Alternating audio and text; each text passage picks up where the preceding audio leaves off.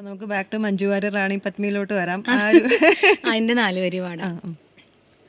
ഒരു മകര നിലാവായി തളിരില തഴുകൂ പെരുമഴ ചെവിയോർക്കും പുതുനിലമായി നിൽപ്പൂ ഞാൻ ഒരു മകര നിലാവായി തളിരില തഴുകൂ. ഭയങ്കര രസം. എനിക്ക് തോന്നുന്നു ഞാൻ അധികം ചിത്രം കൊണ്ട് പാടിപ്പിച്ചില്ല, നമ്മൾ അധികം സംസാരിച്ചുകൊണ്ടിരിക്കുന്നു. കൂടുതൽ വർത്താനം. പാലക്കാട്ടുകാരല്ലേ, വർത്തമാന അതെ, വർത്തമാന പ്രിയരാണ്. ഇപ്പൊ ഓണൊക്കെ വരണ സമയത്ത് ഈ ഓണത്തിനെ ബേസ് ചെയ്തിട്ട് എന്തെങ്കിലും പാട്ടുകൾ മനസ്സിൽ പെട്ടെന്ന് വരണ പാട്ട് ഏതാണ്?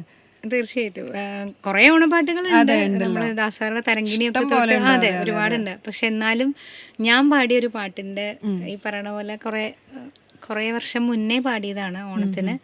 അത് ശരിക്കും ഒരു ഓണക്കാലത്തെ പാടിയെങ്കിലും ഒരു പ്രകൃതിയെ കുറിച്ച് പറയണ ഒരു പാട്ടായിട്ടാണ്. അപ്പൊ അത് ലളിതഗാനായിട്ട് ഒരുപാട് ആളുകൾ കോമ്പറ്റീഷനിൽ പാടാറുണ്ട്.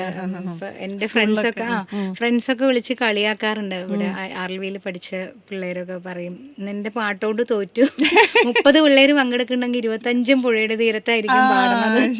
നല്ല പാട്ടാണല്ലോ, അതുകൊണ്ടാണല്ലോ അത് എടുക്കണത്. അത് ഈ പറയണ പോലെ സിമ്പിളാണ്, എല്ലാവർക്കും കുട്ടികൾക്ക് പാടാൻ പറ്റും. അതാണ് അതിന്റെ ഒരു ഹൈലൈറ്റ്.